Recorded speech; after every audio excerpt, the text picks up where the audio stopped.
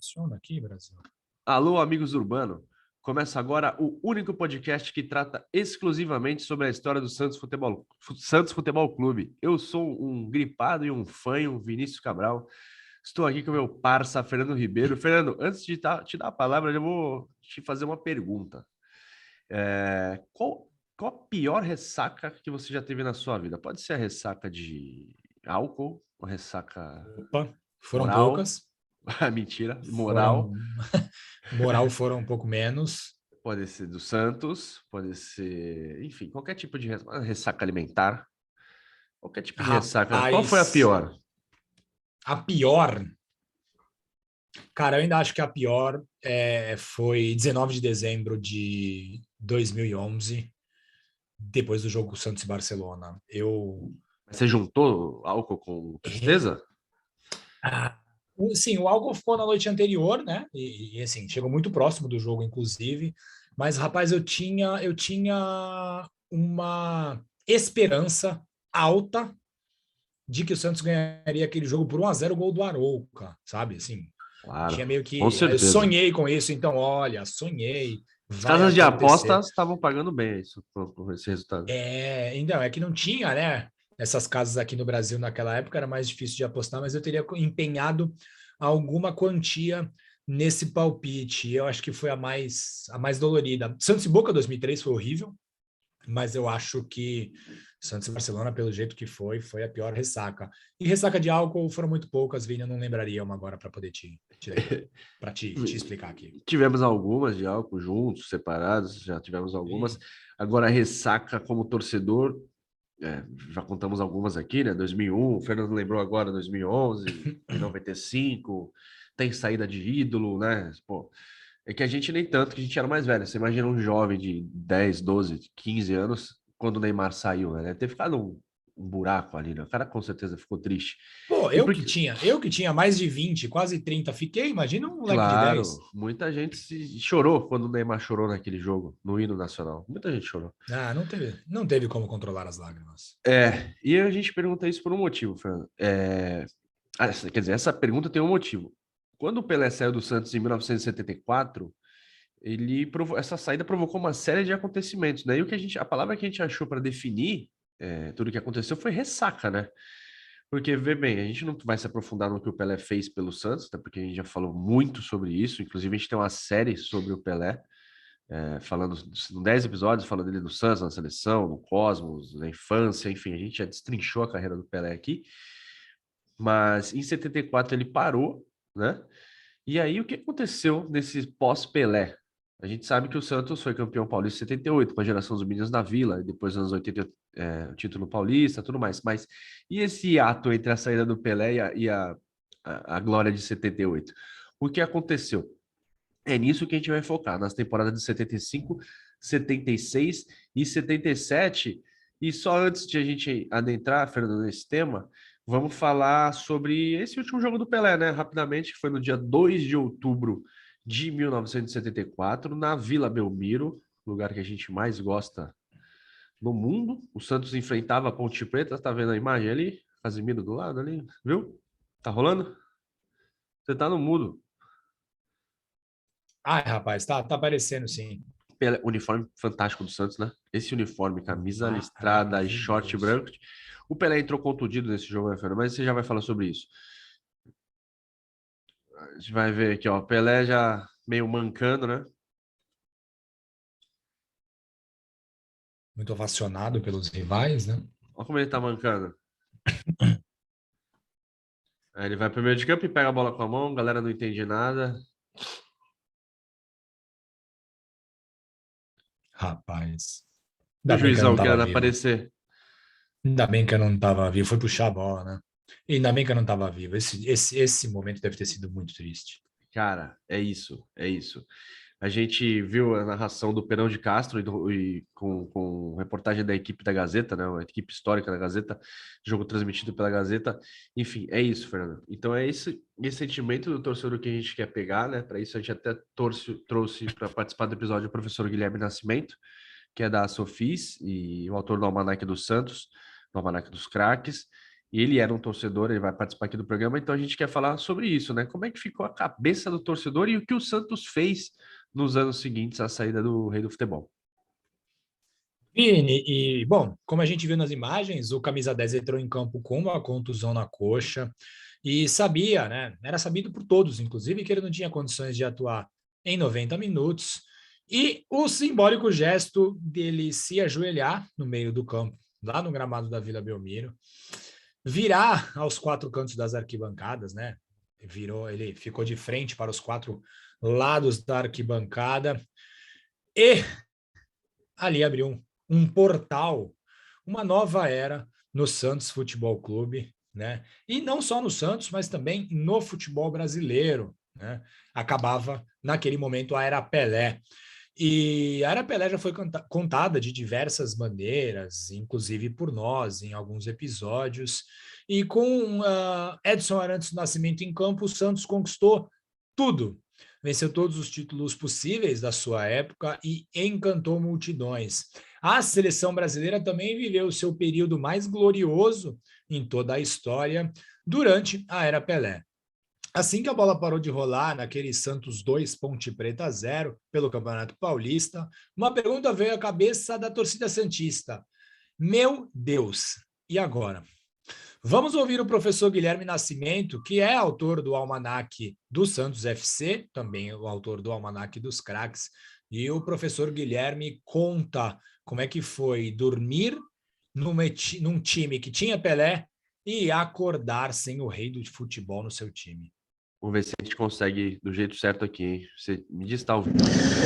Então, assim, acordar e saber que não iria mais ver o Pelé em campo, vou ser muito sincero, o primeiro impacto é assim, o Pelé não joga mais no meu time de Botão do Santos, o meu time de Botão do Santos agora tem que botar o Cláudio Adão com mais alguém. E aí você não tem mais, assim, era uma coisa de motivação, não era a mesma, né?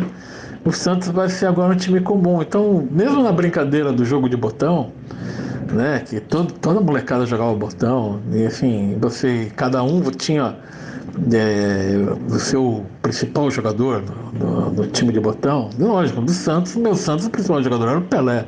Então, pênalti quem batia era o Pelé, falta quem batia era o Pelé. Sempre eu jogava, você passava a bola do botão para o Pelé fazer a finalização para ser o artilheiro do jogo. Então, assim, e a gente brincava muito, né? Você fazia dribles, eu fazia dribles, né? De jogo de botão. E quem driblava mais tinha que ser o Pelé ou o Edu, né? Eram os dois que tinham que driblar no jogo, né? E a gente fazia dribles, era como se fosse um drible da vaca, que a gente fazia isso dentro de uma mesa de botão. Mas assim, o meu principal impacto, assim, eu não posso mais ter o Pelé no campo, no time de botão do Santos. E quando eu pensava no Santos, no time, assim, agora o Santos realmente é um time. Cortou ali o finalzinho do áudio, mas esse do time de botão é legal, né? É uma boa analogia que ele fez. Você jogou botão, né, Fernando? Muito, muito. Gostava de jogar também, cara. Era bom. Eu, inclusive. Eu não era bom, mas jogava. Eu sabia jogar. Eu sabia jogar botão. Eu nunca soube jogar sinuca, mas botão e pebolim era muito bom.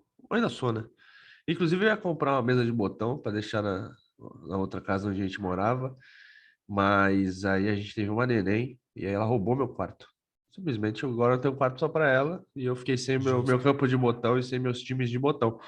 E aí, Fernando, a gente vai voltar de novo para ouvir o que o Guilherme vai falar, porque ele trouxe também uma visão, pelo menos para a gente que não viveu a época, desconhecida.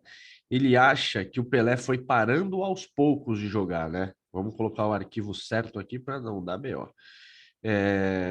Que a gente tem que ter em mente, né, que não era um futebol como é hoje. Todo mundo, você vê jogadores com, sei lá, 35 anos jogando em altíssimo nível. O Pelé, na Copa de 70, com 28, 29 anos, já era considerado um veteraníssimo, né? Eram outros tempos. E o Pelé fez o que fez sendo um veterano. Vamos ver o que o professor fala sobre isso.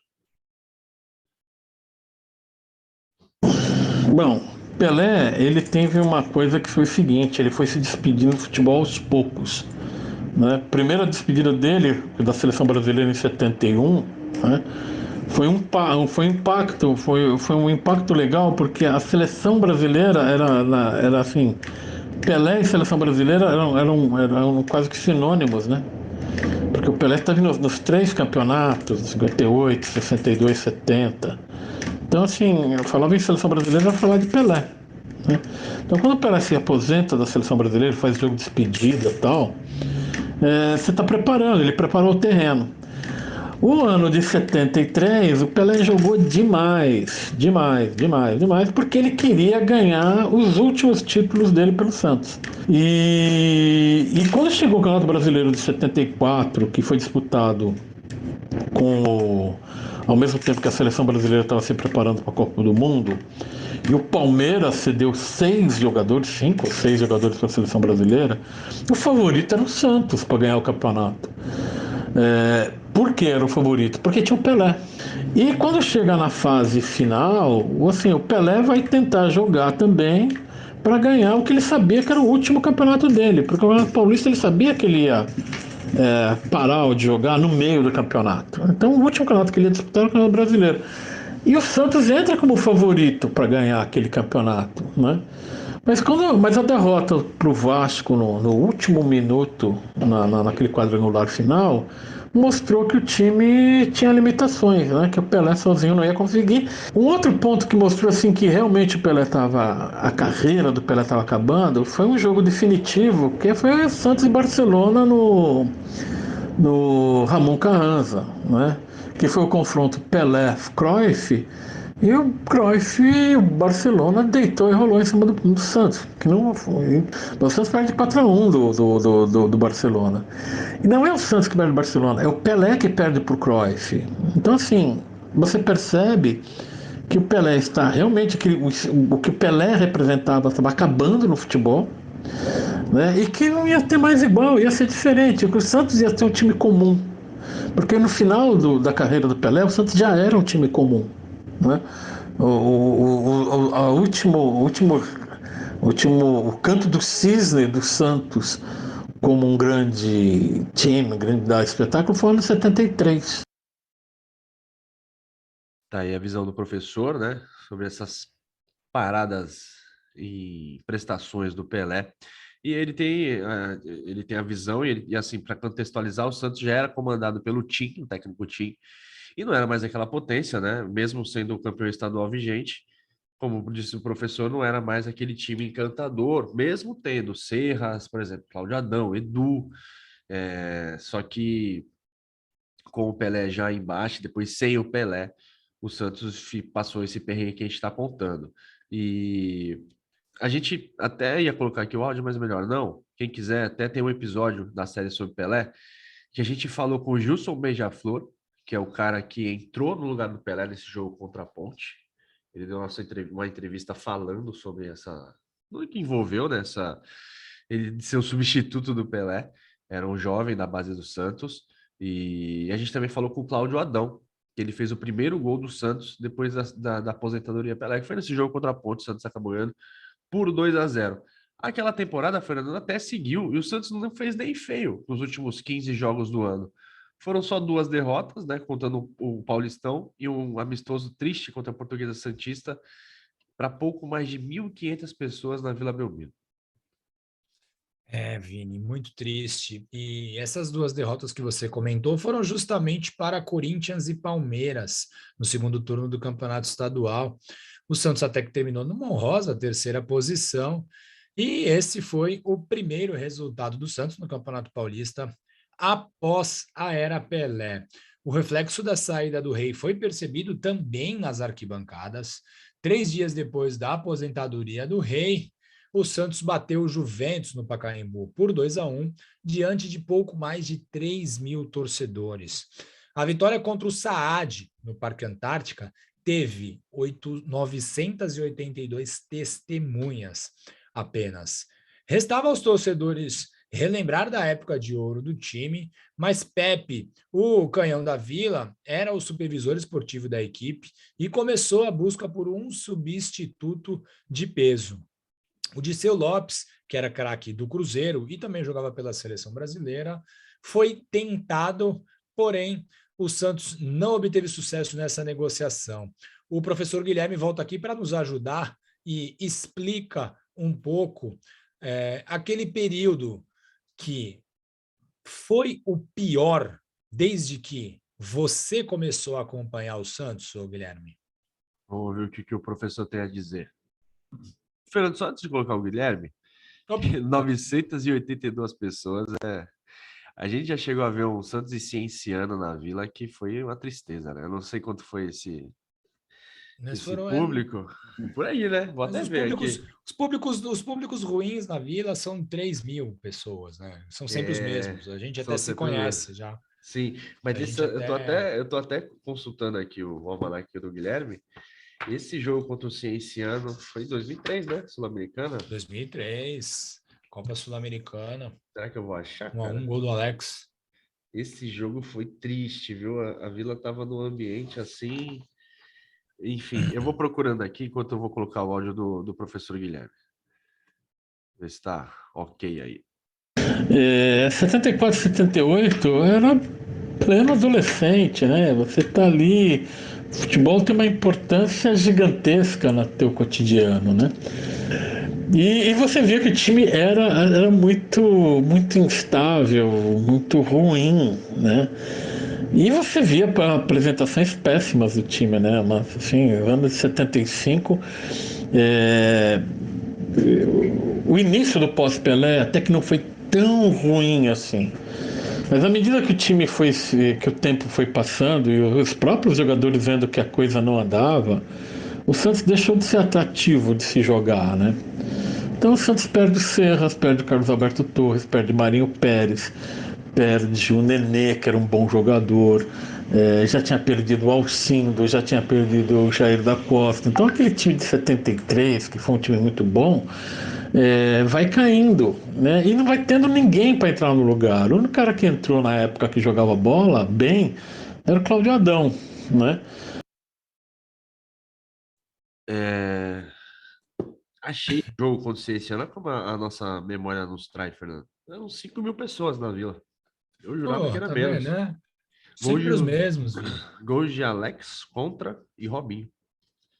E aí, isso foi no 16 de outubro. E aí, no dia 29 de outubro, o Santos perdeu em Cusco. Foi eliminado de 2-1. Foi um gol de Elano de peixinho. Isso aí, de virada. O Santos acabou perdendo de virada para o Cienciano. Que foi o campeão da Copa Sul-Americana naquele ano. É verdade, perdeu pro campeão, né? Eu, pegando um gancho no que o Guilherme falou, a gente já chega em 1975, né? Que é de fato o primeiro ano, né? O ano seguinte à saída do Pelé. E a pré-temporada daquele ano, Fernando, teve como grande atração o torneio Laudo Natel, que foi uma competição que homenageava o então governador de São Paulo, né? Foram 18 dos 19 times do Paulistão participaram desse campeonato e só o Saad ficou de fora. O Santos foi bem, ganhou o grupo 3. Depois de superar Guarani, Portuguesa Santista e 15 de Piracicaba, além de arrancar um empatezinho com a Ponte. Na fase final, o Santos ganhou de 2-0 da Portuguesa e do Corinthians, e o Santos chegou numa boa situação para a última rodada do quadrangular. E enfrentar o Palmeiras no Pacaembu, podendo jogar pelo empate, e foi isso que aconteceu. Santos e Palmeiras empataram por 2-2 no dia 26 de fevereiro de 1975, 2 gols do Edu, e o Santos foi a campo naquele dia com Wilson Quiqueto no gol, Luiz Carlos Beleza. Enquanto eu vou passar a bola para o Fernando, eu vou procurar a foto dele aqui no Almanaque dos Craques, vocês vão entender por que ele chama Luiz Carlos Beleza. Depois entrou Wilson Campos, Oberdan, Vicente e Zé Carlos, Paulo, Léo Oliveira e Brecha, Adilson, Cláudio Adão e Edu. O técnico era o Tim. Isso, Vini. E esse título deu uma confiança muito grande para o elenco e a esperança para o torcedor, né? Que imaginou que viria pela frente uma boa temporada mesmo sem Pelé. E aqui, cadê o Luiz Carlos Beleza? Muito, muito bonito. Muito belo mesmo. E aqui, Vini, vale um adendo especial que, já que, ao contrário do que prega a crença popular, a torcida do Santos sempre foi muito numerosa, e especialmente naquele período né, a torcida do Santos deu diversas demonstrações da sua força. E o Guilherme volta aqui para contar um pouquinho para a gente sobre essa força da torcida santista na década de 70. Bora lá ouvir o que o professor fala. Ele que também é um cara de arquibancada, né? Tem muita história para contar. Vamos ouvir o que ele fala sobre a torcida do Peixe. Né? A única coisa que o Santos ganhava era a arquibancada. Então a torcida do Santos era um orgulho. Então era uma coisa muito esquisita porque a gente começou a tomar o lugar do Corinthians, né? De certo modo. Assim como o Corinthians não ganhava de ninguém nos anos 60, o orgulho deles era a torcida deles. Nesse período aí o Santos não tinha time nenhum, né? Falando português, claro. E o nosso orgulho era a torcida, que lotava o estádio, que era fanatizada, né? Uma molecada, uma torcida extremamente jovem e, por ser jovem, extremamente volátil emocionalmente. Né? Para sair no início do jogo era uma alegria, era uma festa monstruosa, papel picado, batuque, bandeiras enormes, uma festa enorme aqui na casa. Terminava o jogo, estava todo mundo louco da vida, explodindo de raiva, brigando com o torcedor adversário, com a polícia, com quem estivesse na frente. E dentro de campo, a irregularidade foi o principal fator na campanha alvinegra no primeiro estadual sem a sua maior estrela. No primeiro turno, o Peixe foi discreto e acabou apenas na 7ª posição. O São Paulo levou a disputa e automaticamente garantiu a presença na grande final, ao ganhar o primeiro turno. No segundo turno, a segunda etapa do campeonato, que foi dividida em 2 fases, o Santos já tinha Pepe no comando da equipe no lugar do Tim e não foi para a grande decisão por apenas 1 ponto. No hexagonal final, o Santos somou 6 pontos, mesmo número da Portuguesa, que acabou com a vaga pelos critérios de desempate. Não sem antes muita polêmica. Isso porque a Lusa ficou com os pontos de um jogo em que o América abandonou o campo, o América de São José do Rio Preto. O time rubro-verde avançou, mas perdeu a decisão nos pênaltis para o São Paulo. O Fernando, e não bastasse o Santos, né, sem o Pelé, a torcida ainda teve que conviver com a notícia da volta dele aos gramados, né? Como é sabido, o Pelé, depois de pouco tempo, depois de ter abandonado o Santos, foi jogar no Cosmos, lá em Nova York. Uma aventura que a gente já contou também, os motivos, por que o Pelé foi jogar lá, enfim, e como foi a passagem do Pelé. Vale a pena, fica aqui de novo o convite para vocês ouvirem a série Pelé, a Nossa Majestade. No Brasileirão, o Santos de novo manteve, né? Foi o time regular, foi discreto o ano inteiro, Fernando. Teve alguns tropeços, e aí esses tropeços causaram a saída do Pepe, que ele foi trocado pelo Olavo, que é outro histórico jogador do Santos.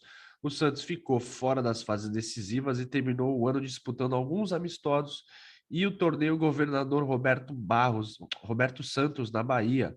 E esse torneio, Fernando, que foi chamado de Torneio da Fome, ele teve um gostinho especial para o Santos, além do Santos ter ficado com o título, né, depois de ter ganhado do Vitória na grande final. O Pelé saiu lá do Cosmos e falou, vou jogar uma partida pelo Santos, e acabou jogando contra o Bahia, acabou sendo uma partida até um pouco discreta.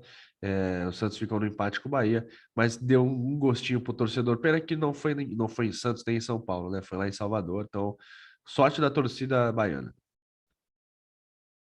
Isso. E no ano seguinte, 1976, obviamente sem Pelé, que regressou aos Estados Unidos para continuar a sua aventura norte-americana, o Santos abriu a temporada com o torneio Governador do Estado, que substituiu a Taça Laudo Natel. Dessa vez, a competição foi mais enxuta e teve a participação apenas de Santos Portuguesa, São Paulo, Palmeiras, Corinthians e Guarani. Foi de péssima recordação para a torcida santista, para variar. Além de terminar na última colocação, o Santos acabou perdendo uma invencibilidade de 21 partidas na derrota para o Guarani e acabou também goleado por 5-0 para o Palmeiras em plena Vila Belmiro. Sem o Abel Ferreira, O né, Fernando? Paulista Então, rapaz, e sem também o Luxemburgo e o Rivaldo e o Luizão e o Djalminha que fizeram um semelhante em É, 96, né? verdade. E com o Paulistão por vir, a torcida se apegou aos ídolos que permaneceram no clube, como o Clodoaldo, como o Edu, como o próprio Cláudio Adão, que infelizmente já não viviam os seus melhores anos na carreira. Já na terceira rodada, o técnico Olavo foi demitido após a derrota para o São Bento na Vila Belmiro. Para o seu lugar, a diretoria anunciou o Alfredinho Sampaio, um jogador que fez muito sucesso no Santos na década de 50 e foi auxiliar técnico do Lula na década de 60. O Alfredinho conhecia muito de Santos Futebol Clube, mas era ressaca, né, Vini? Era ressaca, já que você falou dele. Aqui, ó. Lula, o campeão esquecido. E eu tô lendo, tô saboreando, tô na página 89. Hoje de manhã eu li. Muito bem escrito por um cara aí, cara. Um cara aí que eu conheço, Fernando Campos Ribeiro. Vale a pena ler esse livro. Tá no. Qual site da Corner mesmo, Fernando? Leacorner.com.br. Leiacorner.com.br, tá lá. É um raio-x da história do Lula, conta tudo que o técnico fez e toda a importância que ele teve na história do Santos Futebol Clube e do futebol brasileiro, né? Porque o que ele revelou de jogador, jogadores que ajudaram o Brasil a conquistar Copas do Mundo. Então, o Lula tem uma importância incrível. Fernando, enquanto você falava, cara, minha cabeça viajou aqui. Não que eu não estivesse prestando atenção em você.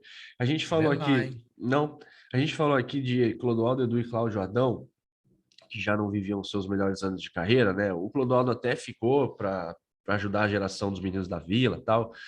O Edu depois saiu e acabou não tendo o mesmo desempenho, o que era normal, como a gente já falou sobre o Pelé. É diferente, né? Jogador que chega hoje, a gente viu, sei lá, o Zé Roberto, que além de ser tecnicamente fantástico, tinha um físico absurdo.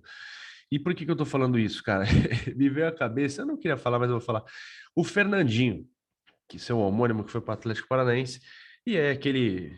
Como é que eu posso definir aquele senhor?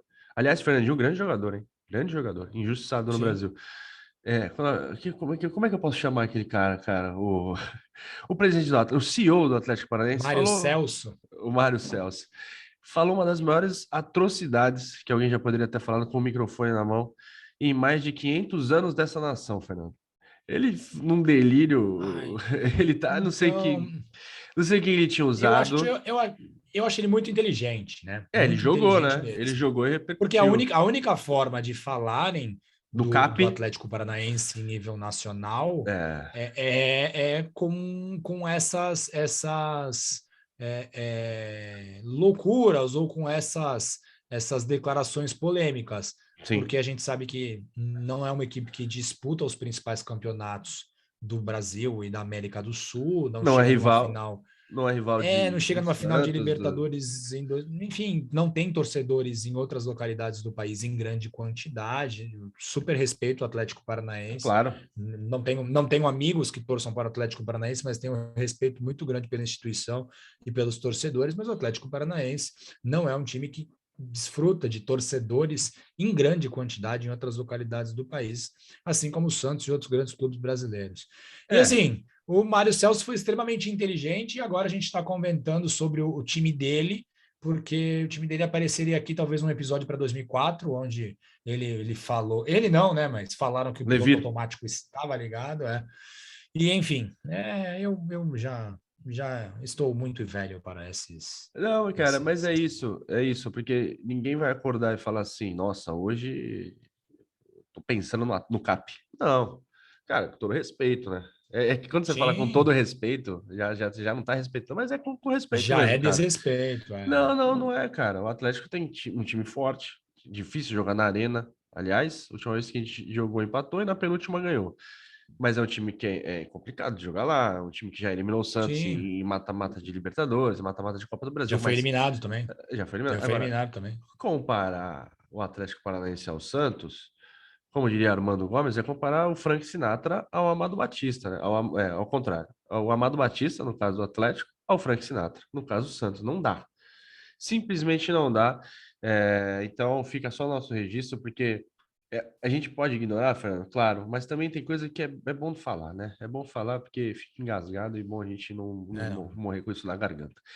E aí, Fernando, para complicar as coisas, para piorarem as coisas do Santos, o Cláudio Adão quebrou o pé. E aí o Santos foi atrás do César Maluco, que era ídolo no Palmeiras também, já veterano.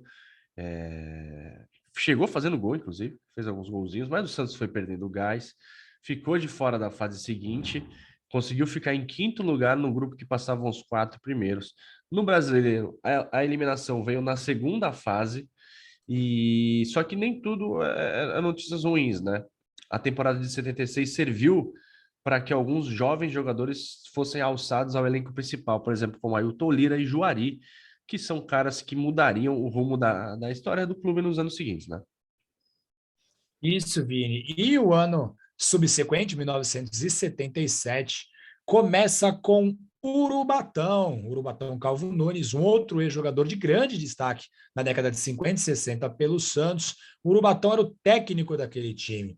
O Santos começou o ano da melhor maneira possível, conquistou o título lá no torneio internacional do Chile, conhecido aqui no Brasil como o Hexagonal do Chile, e fez a torcida reviver os tempos áureos do clube, onde o Santos ia ao exterior, ganhava e trazia taças. Em 5 jogos foram 4 vitórias, incluindo a decisiva, o jogo que valeu o título contra a Universidade de Chile, Laú. Naquela partida, que foi disputada no famoso Estádio Nacional em Santiago, o Santos jogou com Ricardo no gol, Léo Paraibano, Marçal, Neto e Fernando, Clodoaldo, Ailton Lira e Tonzinho, Newton Batata, que depois deu lugar ao Babá, Totonho e Bozó, que depois deu lugar ao Reinaldo. Os 2 gols foram marcados pelo centroavante Totonho. E os jovens acabavam ganhando mais espaço na equipe do Santos. No Paulistão, de 1977, o Santos se deparou com um adversário muito incomum. Jonas Eduardo Américo, estava no Corinthians e enfrentou o Santos com a camisa do rival num empate em 1-1 no Morumbi. Novamente, o Santos alternou bons momentos, principalmente comandado pelo Ailton Lira, mas teve também derrotas acachapantes. O Urubatão não suportou muito tempo e o Otto Glória assumiu o comando técnico da equipe. O Peixe caiu no 3º turno do estadual e ficou de fora da fase final que definiria o campeão. E outra passagem de relevo naquela época, Fernando, foi a famosa partida contra o Cosmos, né? O Cosmos do Pelé, em outubro, lá nos Estados Unidos, Nova York, né? O jogo que ficou marcado como a despedida do Pelé. Tava lá o Muhammad Ali, ou Cassius Clay, como queiram. Quem mais estava lá? Tava lá o Lima. Dondinho. Dondinho tava lá. Dona Vera. Dona Vera também tava lá com o Lima. Dona Celeste tava lá também. Sim. Mick Jagger tava lá? Não lembro agora. Rapaz, Possivelmente, né? O agora Santos perdeu o jogo, possivelmente Mick Jagger estava lá. Com a camisa do Santos. O Santos acabou perdendo esse jogo, inclusive tomou um gol do Pelé. Incrível, né? Absurdo, né? Tem coisas, cara, tem coisa Tem que que só rir, né, acontece pô? com o Santos mesmo, cara. Pô, Tem que rir, cara. Mas foi nessa viagem, né? O Santos não só jogou contra o Cosmos, jogou também alguns jogos nos Estados Unidos e no México, que o Juari passou a ter mais minutos com a camisa do Santos e começou a mostrar um ótimo desempenho. Aos poucos, cada vez mais novos jovens entravam na equipe e davam o tom do que poderia ocorrer no futuro bem próximo. Então, nomes como Ailton Lira, que já estava jogando há mais tempo, Juari, o Newton Batata, o Rubens Feijão e João Paulo eram cada vez mais frequentes e cada vez mais resolvendo situações para o Santos. Os meninos formaram a base do time no Brasileirão daquele ano, que começou apenas em outubro e terminou em julho de 78. O Ramos Delgado chegou para solucionar os problemas do time, mas logo foi trocado por Chico Formiga. Os 2 ídolos santistas tentavam emplacar uma boa sequência, só que foi o Formiga que aos poucos deu uma nova identidade para o time. isso, Vini. E na última vitória do Santos pelo Brasileirão de 1977, já em julho de 78, o time foi a campo com Flávio no gol, Fausto, Joãozinho, Neto e Gilberto Sorriso. Meio de campo com Zé Carlos, Nelson Borges, que depois deu lugar ao Clodoaldo e o Pita, Newton Batata Juari, depois deu lugar ao Claudinho e João Paulo. Em agosto, começou o Paulistão, que só terminou no ano seguinte, mas não falaremos desse assunto hoje, né? Afinal, a saga dos meninos da Vila para conquistar o torneio de 1978 merece um episódio exclusivo, Vini. Eu tava até fuçando ali, a gente não falou ainda sobre 78, né? Precisamos falar sobre 78, cara. Precisamos achar uns personagens aí, porque é um título que recolocou o Santos, né, nos trilhos. Não nos trilhos, porque o Santos também depois demorou um tempo para conquistar outro paulista, só foi ganhar em 84, mas, por exemplo, já tinha um time forte em 83, foi vice-campeão paulista em 80. O ponto é que... Diga. Não, o mais importante é que a conquista de 78, ela é tão... Muita gente não consegue entender a importância do título de 78 e por que os meninos da Vila são tão adorados pela torcida, né? Principalmente porque me veio aquela época, exatamente pelo que a gente acabou de comentar nesse episódio, né? O cenário era de muita terra arrasada, o cenário o Santos nunca mais vai ser campeão novamente, porque o Pelé parou, e essa ressaca que a gente acabou de contar, ela deságua, e a emoção ela é muito mais potencializada em 78 exatamente por conta disso. É isso. É isso, a música Pelé parou, o Santos acabou e ficou ecoando nos estádios até os anos 90, 2000, sei lá. Eu escutei muito. Viúvas do Pelé, enfim. Foi cara... E legal, Viúvas do Pelé, vai. Pode ser, não tem problema nenhum. Caraca, pelo menos, lógico. Mas melhor ser Viúva do Pelé, como é que é? É aquela música, o meu rei é o Pelé e o seu é Marcelinho. Não dá, né? Então. Tipo, aí mata. Não, ser Viúva do Pelé não é ruim, não. Não é ruim.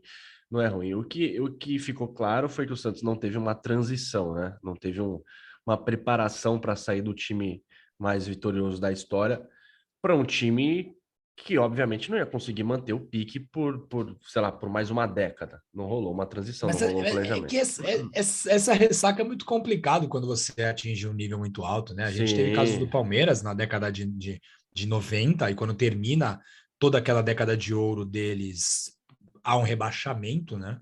A gente está vendo o Barcelona aí se batendo demais, e que delícia, né? O Barcelona se bata cada vez mais, porque é bem legal ver o Barcelona não ganhar e terem sucessos, mas é meio que natural depois de chegar tão alto, né? É isso, você falou bem, né, cara? Só ver o Barcelona ser o Messi aí que tá. Foi, acho que, semelhante ao que aconteceu com a saída do Rei Pelé. A gente espera que ele tenha conseguido colocar aqui em perspectiva como é que foi para o torcedor, né? Como é que foi difícil para o torcedor, como foi difícil em campo, né?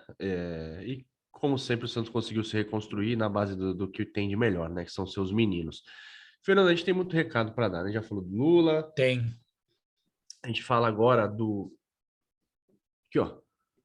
Esse lindo homem aqui, Limão, Coringa. Eu tenho o meu, você tem o teu. Quem está assistindo tem o seu? Se não tiver, como é que faz, Vini? Cara, se não tiver, é muito simples. O livro acabou, né? A primeira remessa do livro acabou no site da Corner. O livro também foi editado e comercializado pela editora Corner.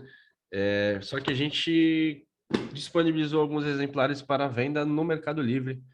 Então, a gente vai colocar o link na descrição do episódio para o Mercado Livre, mas quem quiser é só ir lá e pesquisar Lima, o Coringa Entre Reis, ou colocar Lima, Coringa Lima, você acha lá o livro. No nosso site? No nosso site, tá o link também, né, no amigosdourbano.com.br.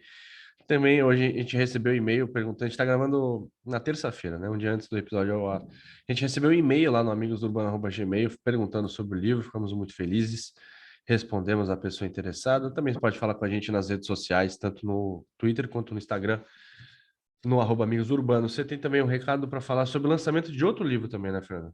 Eu tenho, Vini, é o livro chamado Conselho Deliberativo do Santos Futebol Clube, né? A gente está compartilhando a capa do livro e as informações do lançamento lá no nosso Instagram e também no nosso Twitter. E é um livro que foi organizado e escrito pelo Marco Scandiuzzi, que é um conselheiro do Santos, e é um livro que celebra os 90 anos, né, de fundação do Conselho Deliberativo. É um livro que traz muitas atas, muitas decisões do Conselho ao longo desses 90 anos, muitas curiosidades, muitas informações bastante relevantes, e é uma viagem pela história do Santos Futebol Clube, contada pelas atas do Conselho. Bem legal. O lançamento desse livro vai acontecer no dia 4 de julho. Se você está escutando a gente logo nos primeiros dias, né, na próxima segunda-feira, né, 4 de julho, a partir das 19 ou 18 horas, a partir das 18 horas, das 18 a 21, lá no Memorial das Conquistas, o livro será vendido apenas no evento, a informação que a gente recebeu. Então, quem quiser adquirir, passa lá no Memorial das Conquistas, adquire o livro, bate um papo com o autor, o Marcos Candiuzzi, pega um autógrafo, faz algumas fotos no Memorial das Conquistas, e é bem legal a gente apoiar ações como essa, lançamentos de livros, pessoas que ocupam o seu tempo para escrever e para eternizar a história do Santos. A gente vai passar lá para dar um abraço no Marco, vamos colocar algumas fotos lá no nosso Instagram, no nosso Twitter, e é bem legal. Gente, vocês que nos escutam, nos assistem, se vocês têm alguma ideia de fazer livros, de qualquer coisa relacionada ao Santos, faça. A torcida do Santos precisa de muito mais gente criando conteúdo e escrevendo, falando, debatendo, registrando tudo sobre o glorioso alvinegro praiano, Vini. É isso aí. Bom registro.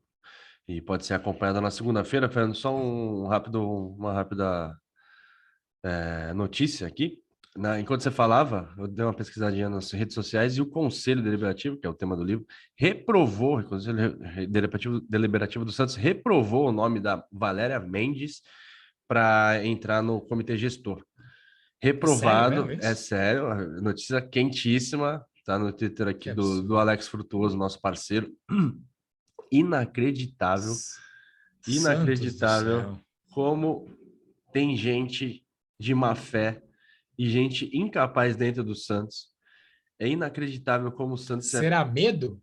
Será medo, Vini, que uma mulher possa fazer melhor do que muitos homens não conseguem? Fica aí o alerta, hein? Com certeza, cara. Eu não tenho a menor dúvida do que foi uma...